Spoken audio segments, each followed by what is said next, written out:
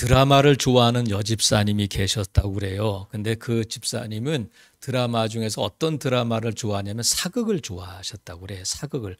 그래서 그 사극 드라마를 보는데 바빠서 못 볼 때는 꼭 그것을 이 재방송을 보거나 다시 보기를 통해서 보는데 하루는 그 주간에 못 봤던 그 사극 드라마를 몇 편을 이제 연달아서 봤는데 그때가 아니고 토요일 저녁이었다고 그래요. 그래서 토요일 저녁에 마음을 다하고 뜻을 다하고 힘을 다하여 이제 드라마를 봤는데 세 편을 3회 연속으로 그 드라마를 보고 이제 잠자리에 들고 그 다음날 주일을 맞았는데 주일에 이제 예배에 갔는데 그날따라 그 집사님이 대표 기도를 맡았다고 그래요. 그래서 그 대표 기도를 했는데 이 집사님이 그렇게 기도했다고 그래요. 하나님 아버지 성은이 만극하옵나이다 이렇게 된 거야.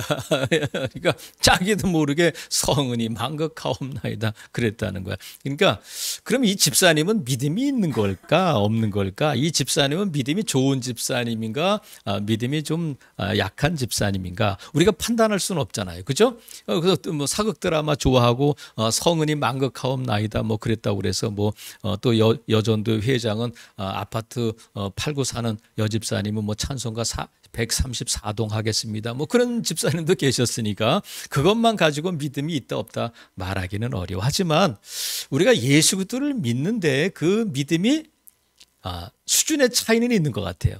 믿음의 높이, 믿음의 넓이, 믿음의 깊이가 다를 수 있단 말이죠. 그래서 어떻게 그걸 알 수 있느냐면 하나님께서 광야에서 이스라엘 백성들이 인도에 가실 때에 모세를 부르셨어요. 근데 하나님께서 모세를 어디로 부르셨냐면 시내산으로 부르셨어요. 시내산으로 부르셨는데 하나님께서 모세를 부르실 때 모세 혼자 간 것이 아니라 백성들과 장로들과 또 여호수아와 모세와 함께 갔어요.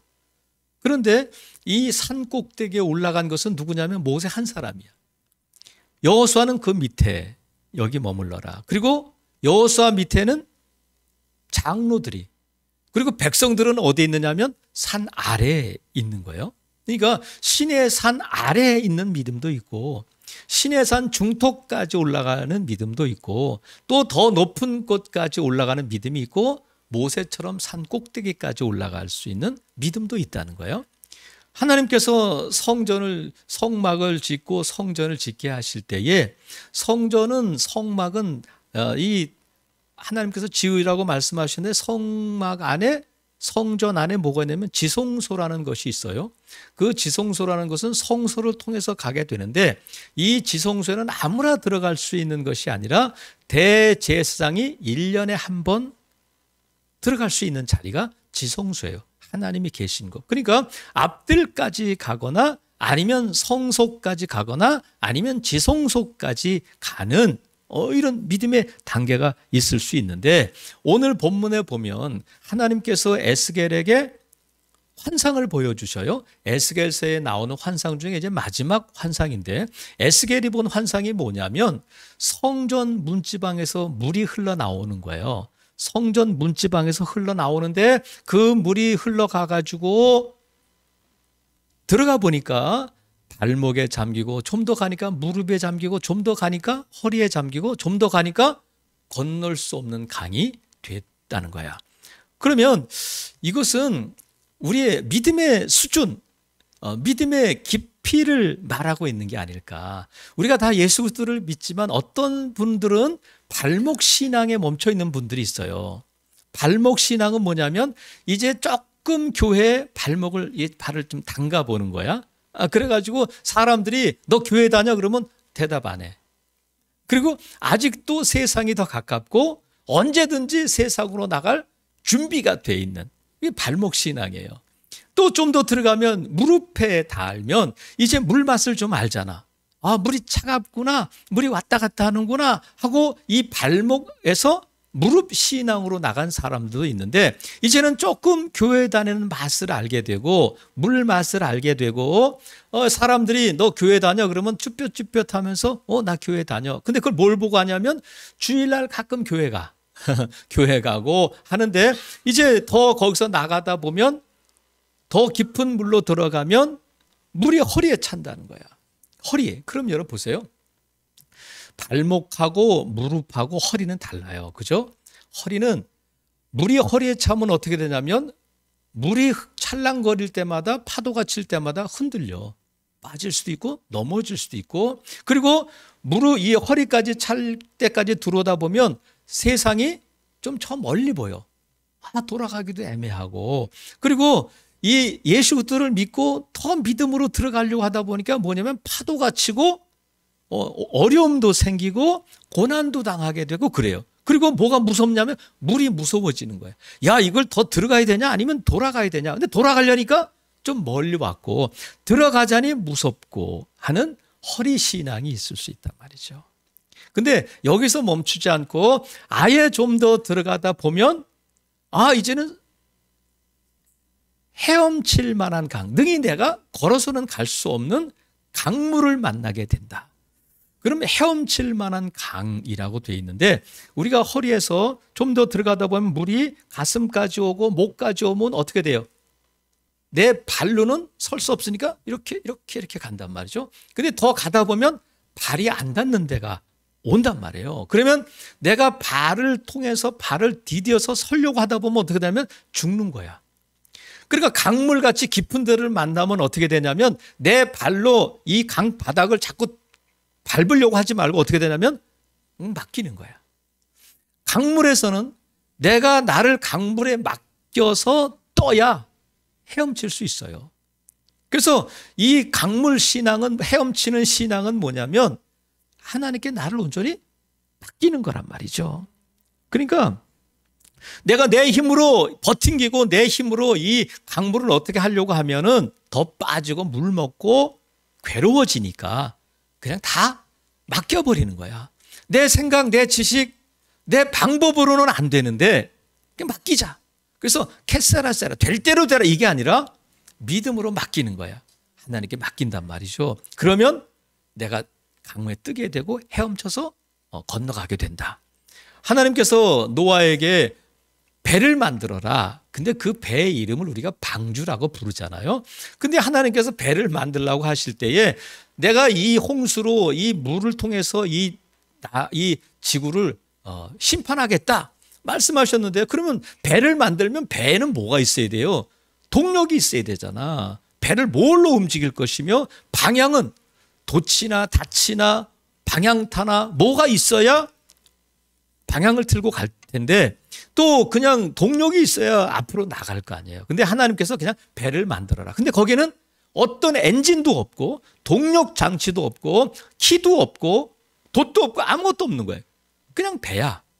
근데 과학자들에 의하면 제가 그 창조과학회에 속해 있는 교수님한테 들은 얘기예요. 인류가 만든 배 중에서 가장 안전한 배가 뭐냐면 방주라는 거야. 근데 방주는 어때요? 앞으로 나아가는 배가 아니라 그냥 맡기는 거예요. 물결이 인도하는 대로 하나님이 책임져 주시겠지 하고 노아는 그 안에서 뭘 조종하고 그러는 것이 아니라 맡기는 거야. 이 신앙이 가장 깊은 신앙인 줄로 믿어요. 내가 뭔가를 막 하려고 하는 것이 아니라 맡기는 거예요. 예수님께서 제자들에게 믿음을 가르쳐 주실 때에 하루는 배를 타고 가는데 풍랑이 일어가지고 막 배가 가라앉을 지경이 되었는데 제자들이 막 물을 퍼내고 이렇게 해보고 저렇게도 해보고 했지만 결국은 자기 힘대로 능력대로 안 됐어요. 베드로는 전문가잖아요.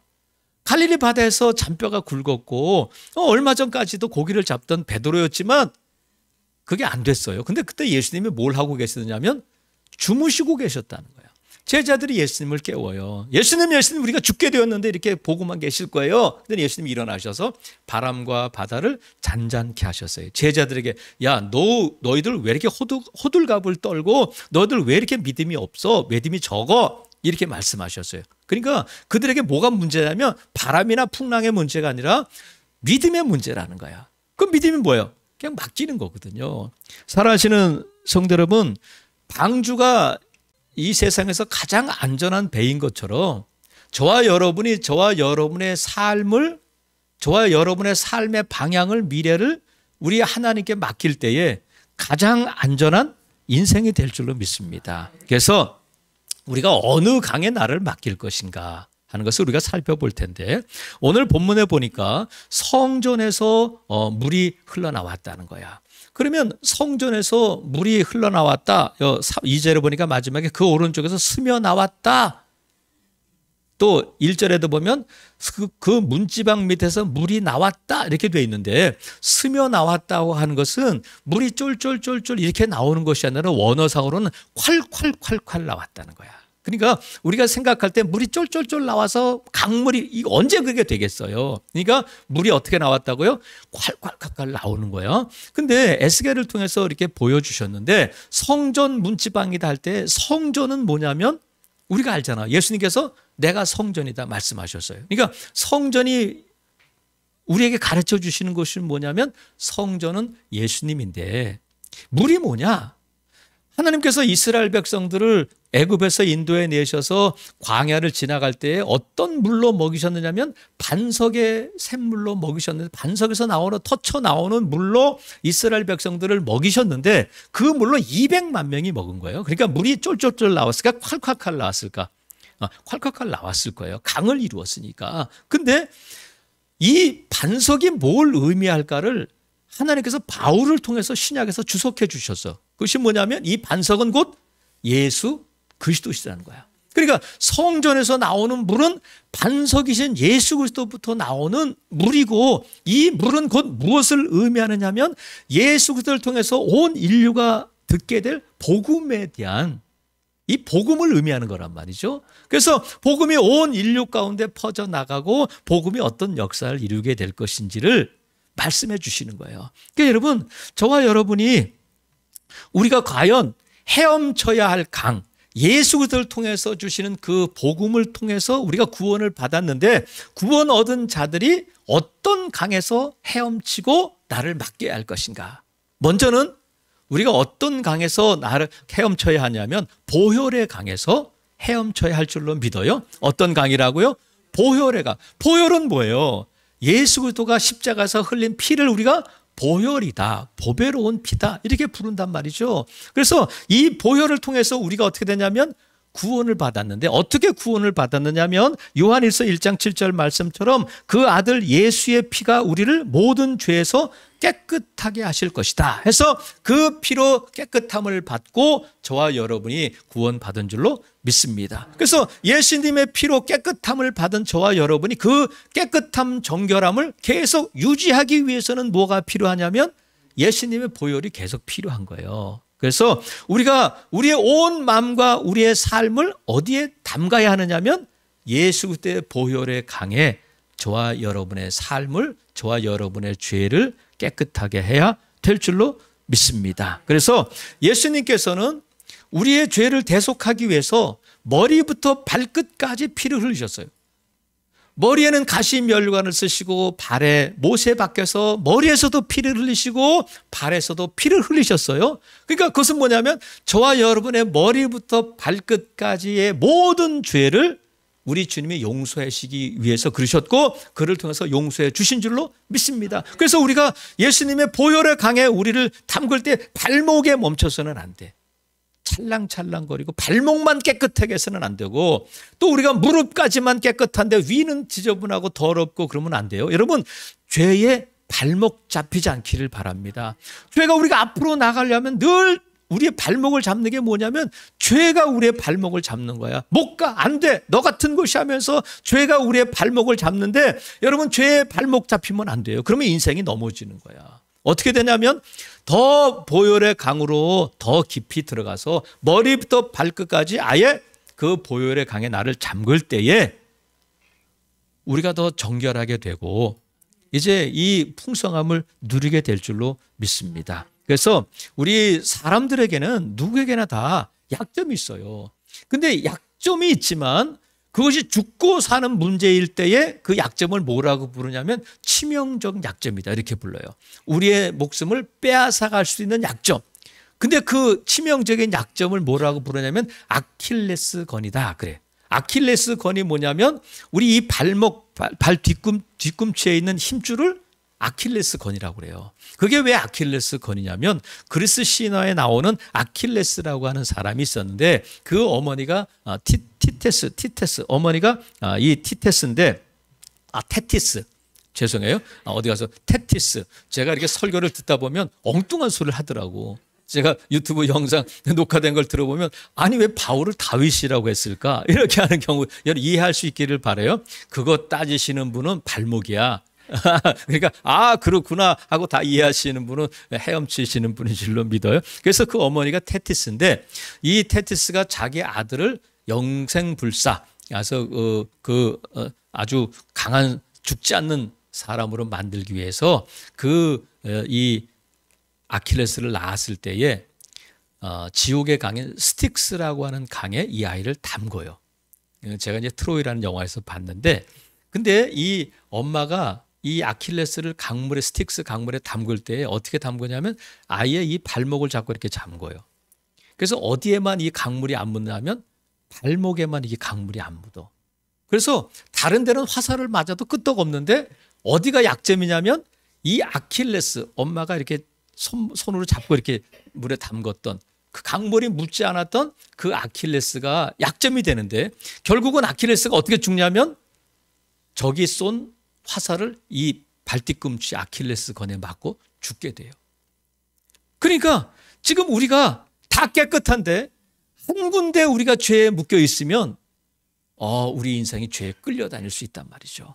여러분 발목에 무릎에 허리에 잠기는 것으로 만족하지 마시고 저와 여러분이 온전히 우리의 모든 죄를 우리 주님의 보혈의 강에서 깨끗이 씻김 받을 수 있기를 바랍니다. 그래서 하나님께서 우리에게 주시는 모든 각종 좋은 것들이 아버지께로부터 오는데 이 죄가 하나님과 우리의 사이를 갈라놓게 된단 말이죠. 그래서 하나님 뭐라고 말씀하시냐면 얘들아 은에서 찌꺼기를 제해야 된다. 은에서 찌꺼기를 제한다는 것은 아이고 우리 몸이 더럽고 옷에 몸에 묻은 것이 아니라 일상적일 때는 안 보이지만 강력한 빛이 비치니까 여기도 좀 뭐가 있네? 여기도 좀 뭐가 있네? 이렇게 깨끗함을 받으라는 거야. 사랑하시는 성도 여러분, 저와 여러분이 예수님의 보혈의 강에 온 몸을 적실 때에 더 정결하게 예수 그리스도의 신부로서 준비될 줄로 믿습니다. 그래서 하나님께서 내가 거룩하니 너희도 거룩하라고 말씀하셨어요. 무엇을 통해서 우리가 거룩해지냐면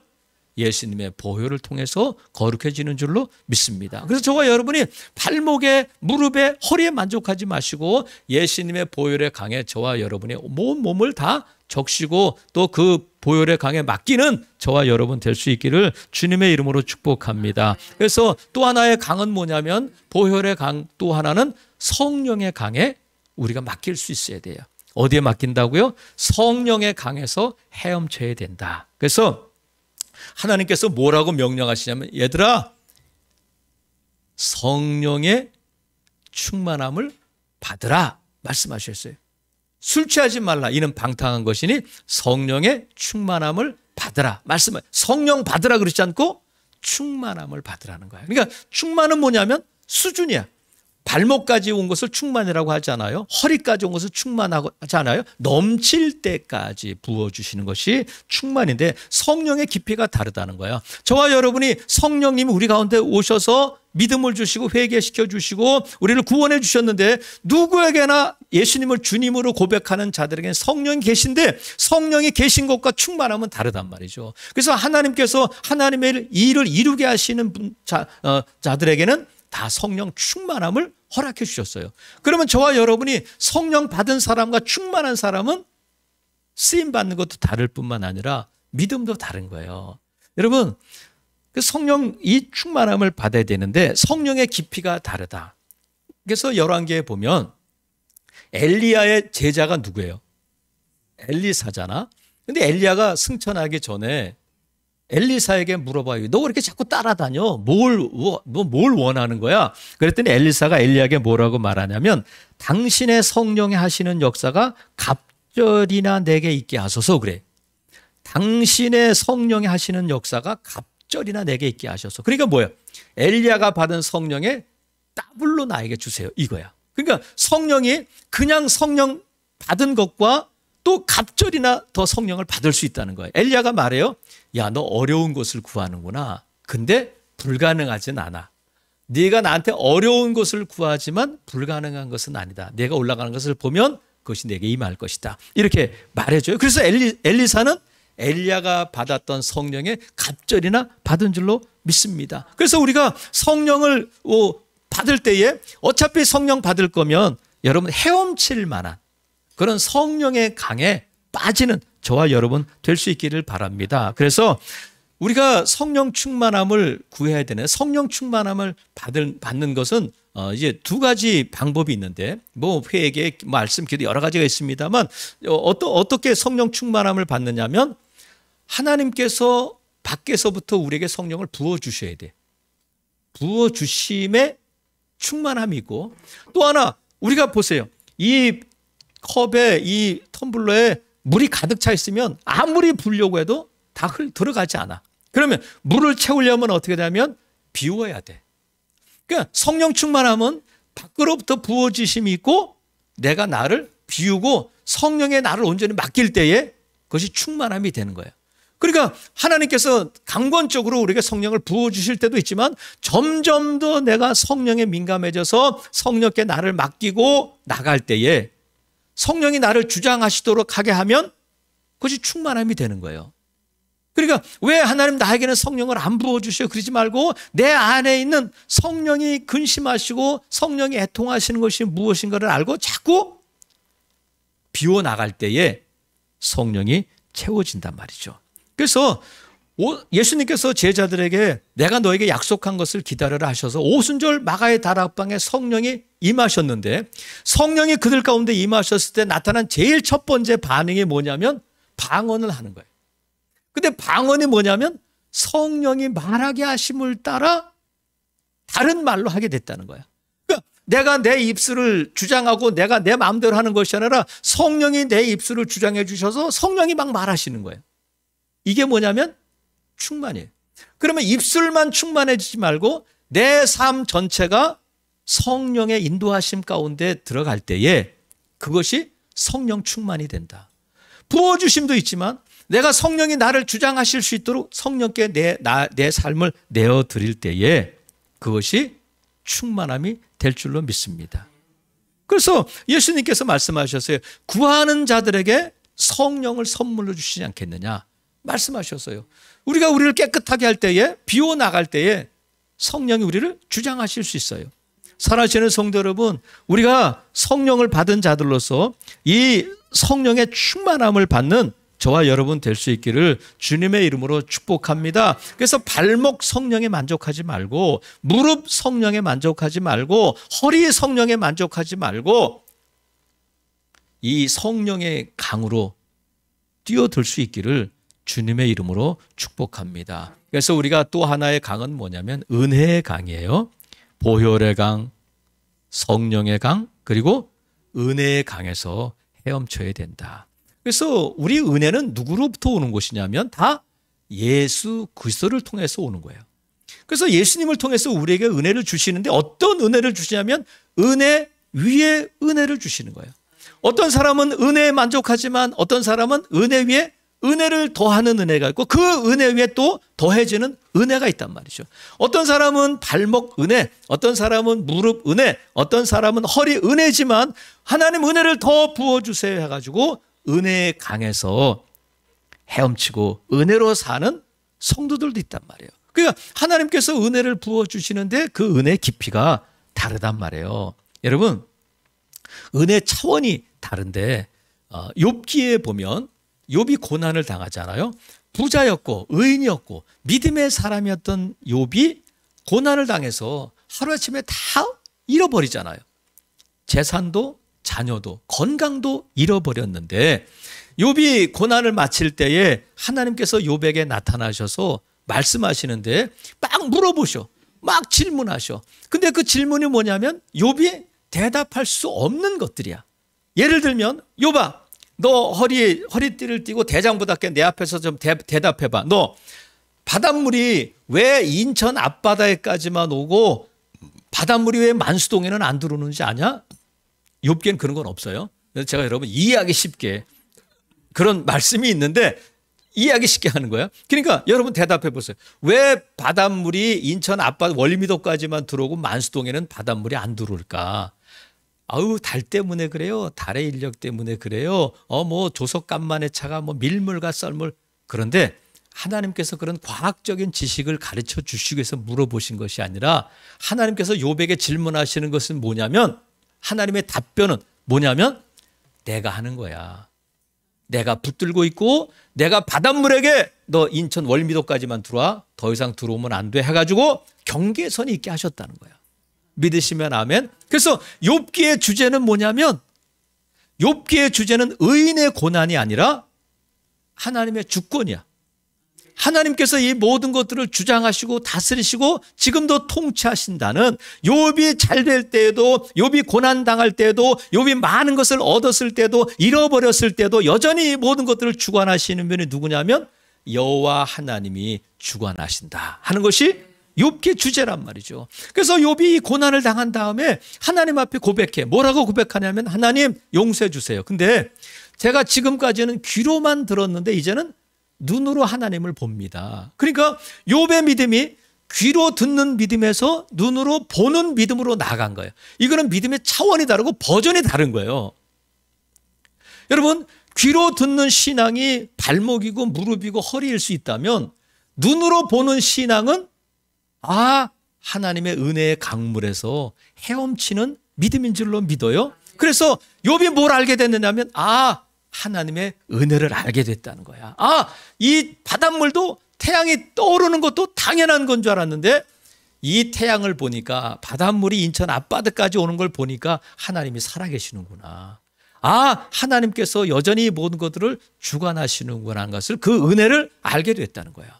여러분, 여러분의 심장은 오늘도 안전해요? 여러분의 심장이 지금 뛰고 있어요? 근데 여러분 심장 멈추게 할 수 있어? 심장은 왜 뛸까?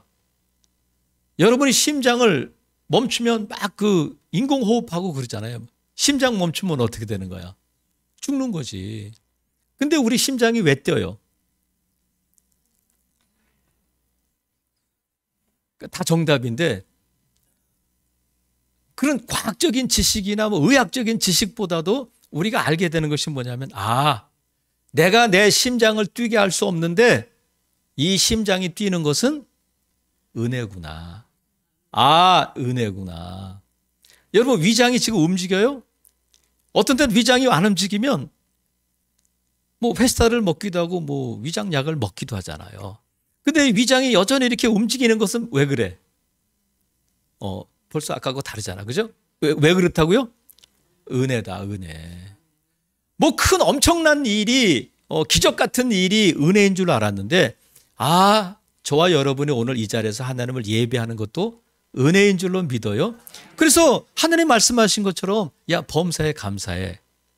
아니, 이게 무슨 감사할 일이에요? 그랬는데, 저와 여러분이 오늘 이 자리에 나올 수 있는 것도 하나님의 은혜인 줄로 믿어요. 그래서 이 은혜의 깊이가 자꾸 달라지는 거야.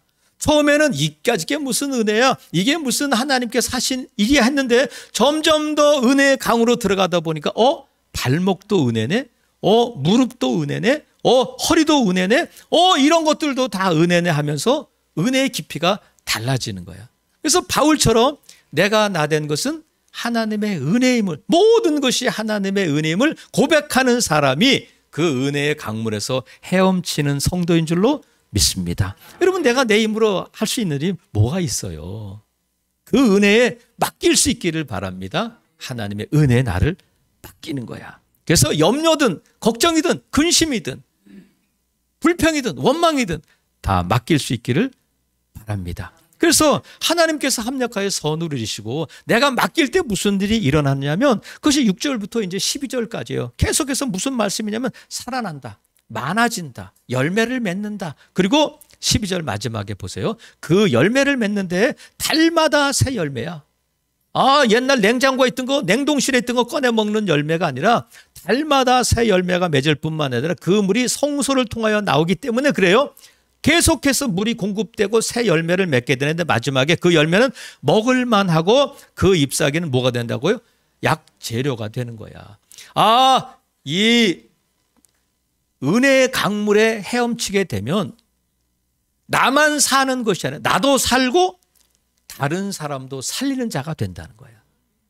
이런 열매가 맺히게 된다는 거야. 여러분, 발목에 차는 물로는 농사 지을 수 없어요. 열매 맺을 수 없어. 무릎에 차는 물로는 농사 지을 수 없어요.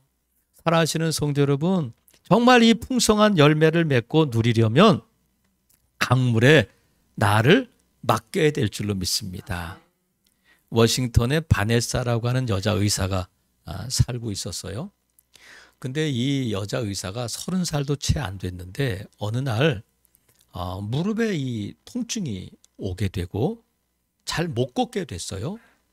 관절염이 왔는데 점점점 심해져 가지고 이제 예배당에 나오려면 다른 사람들은 5분이면 갈 수 있는 거리를 45분에 걸쳐서 가야 되는, 그리고 허리가 점점 꼬부라지고 그렇게 됐는데, 그리고 의사가 병원에 나가려고 하면 몇 시에 일어나야 되냐면 새벽 3시에 일어난다는 거야. 왜냐하면 새벽 3시에 일어나서 다리를 풀고 스트레칭을 하고 해야 7시까지 병원에 갈 수 있다는 거야.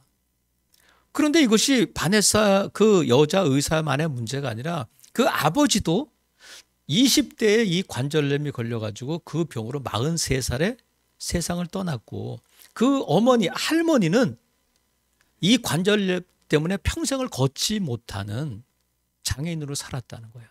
그러니까 이 바네사는 생각할 때 3대에 걸쳐서 이런 병이 있으니까 앞으로 어떻게 되겠어요? 아버지나 할머니 같은 삶을 살 수밖에 없잖아요. 그런데 이 바네사에게는 믿음이 있어서 그가 허리가 꼬부라지고 예배하러 나가려고 몇 시간씩 걸리는 그 어려운 걸음을 해서 예배당에 갔는데, 하루는 이 예배할 때 말씀을 듣다가 보라 내가 새 일을 행하리라 하는 말씀이 확 자기에게 다가왔다는 거예요.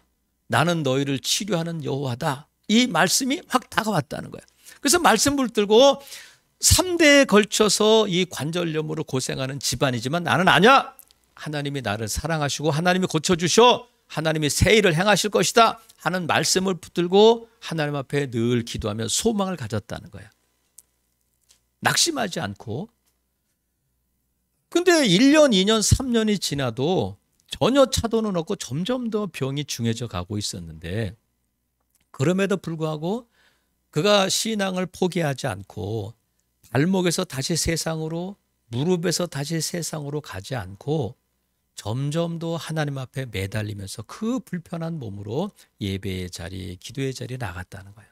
근데 3년이 지난 어느 날 이 바네사가 뭘 느꼈냐면 통증이 조금 덜하네? 그걸 느꼈다는 거예요. 내가 조금 더 쉽게 걸을 수 있네? 그래서 45분 걸려서 가던 예배당 거리가 43분이 되고 40분이 되고 하면서 하나님이 한꺼번에 고쳐주신 것이 아니라 점점 통증이 사라지고 다리에 힘이 생기고 걷게 하시면서 몇 년 만에 그 관절염으로부터 자유로워졌느냐면 10년이 지났을 때에 그 관절염부터 완전히 치료받은 줄로 믿습니다. 만약에 나는 3대째 이러니까 유전적인 거라 어쩔 수 없어 하고 포기하거나, 아니면 신앙을 버리고 이렇게 어렵게 교회에 가서 예배해야 될 필요가 뭐 있어 하고 포기했다면 그는 관절염을 안고 아버지와 같은, 할머니와 같은 삶을 살았을 거예요. 하지만 점점 더 무릎에 만족하지 않고 허리로 나가고 또 더 깊은 은혜 자리로 나갔을 때에 하나님께서 그 말씀하신 대로, 약속하신 대로 그 병을 고쳐주신 줄로 믿습니다. 여러분, 그래서 우리가 포기하면 안 돼. 발목에서 돌아가면 안 돼요. 무릎에서 만족하고 허리가 찬 것으로 만족하고 내가 바닷물에 왔다 헤엄쳤다 그러면 안 된단 말이죠. 사랑하시는 성도 여러분, 믿음에는 수준이 있고 은혜는 수준이 있어요. 더 깊은 자리로 나아가는 저와 여러분 될 수 있기를 바랍니다. 발목에서 멈추지 말라. 무릎에서 멈추지 말라. 허리에서 멈추지 말라. 헤엄칠 수 있는 강으로 나아가는 저와 여러분 될 수 있기를 바랍니다. 여러분, 제가 여러분에게 물어볼게요. 여러분은 꼰대예요, 아니에요? 꼰대가 뭐야? 욕은 아니잖아. 꼰대는 아버지나 선생님을 일컫는 은어, 속어 그런 거예요. 나이 든 사람을 특별히 꼰대라고 그래. 그럼 여러분 꼰대 아니야. 요새는 젊은 꼰대도 있대. 근데 요새는 꼰대라고 안 부르고 뭐라고 부르는지 아셔요, 여러분? 신조어를 제가 말씀드릴게. 라떼라고 부른다는 거예요. 라떼. 커피숍에서 카페 라떼, 고구마 라떼 이런 거 라떼 있잖아요. 근데 왜 라떼인가? TV 프로그램도 그 라떼가 들어가는 프로그램이 있더라고요. 라떼가 뭔가 뭐 커피숍인가 그랬는데 나중에 보니까 꼰대들을 라떼라고 부른대. 왜 라떼라고 부르냐면 라떼는 말이야 이런다는 거예요. 내가 젊었을 때는 말이야. 그래서 내가 군대에 있을 땐 말이야. 그러면서 옛날 얘기를 자꾸 하면은 꼰대고 라떼가 된다는 거야. 그럼 여러분 꼰대야? 라떼야? 여러분 믿음의 사람들에게 꼰대는 없어요. 예수 그리스도를 믿는 사람들은 적어도 라떼는 아니야. 왜냐하면 우리는 발목에서 무릎이 왔을 때 발목 얘기를 하는 사람들이 아니야. 내가 옛날에 발목에 있을 때 말이야 라떼가 되면 안 돼요. 왜? 우리는 앞으로 나가야 할 믿음의 방향이 있단 말이죠. 앞으로 믿음은 옛날 얘기하는 것이 아니야. 옛날엔 나도 그랬어. 그건 라떼야. 하지만 믿음의 사람들은 사도 바울의 고백처럼 나는 앞에 있는 푯대를 향하여 달려간다는 거예요. 난 나이 들어서 못해요. 그러잖아요. 여러분이 호흡 있고 살아있는 동안 우리가 가야 할 곳은 어디냐면 자꾸 뒤돌아보지 말고 믿음의 앞을 향해서 깊은 강을 향해서 나가야 될 줄로 믿습니다. 그래서 신앙에는 꼰대가 되면 안 돼. 라떼는 없어요. 아무쪼록 사랑하시는 성도 여러분, 여러분이 있는 자리가 어디든지 간에 더 깊은 자리가 있음을 믿으시기를 바랍니다. 여기에 만족하지 말고 더 깊은 데로 더 깊은 데로 은혜의 깊은 데로 성령의 강으로 보혈의 강으로 나아갈 때에 하나님께서 우리에게 허락하시는 그 풍성한 은혜를 누리게 될 줄로 믿습니다. 그러면 나도 살고 가족도 살고 나라와 민족도 살게 될 줄로 믿습니다. 아무쪼록 보혈의 강, 성령의 강, 은혜의 강에서 헤엄치는 저와 여러분이 되셔서 나도 살고 가족도 이웃도 살리고 교회도 살리는 저와 여러분 될 수 있기를 주님의 이름으로 축복합니다. 아멘.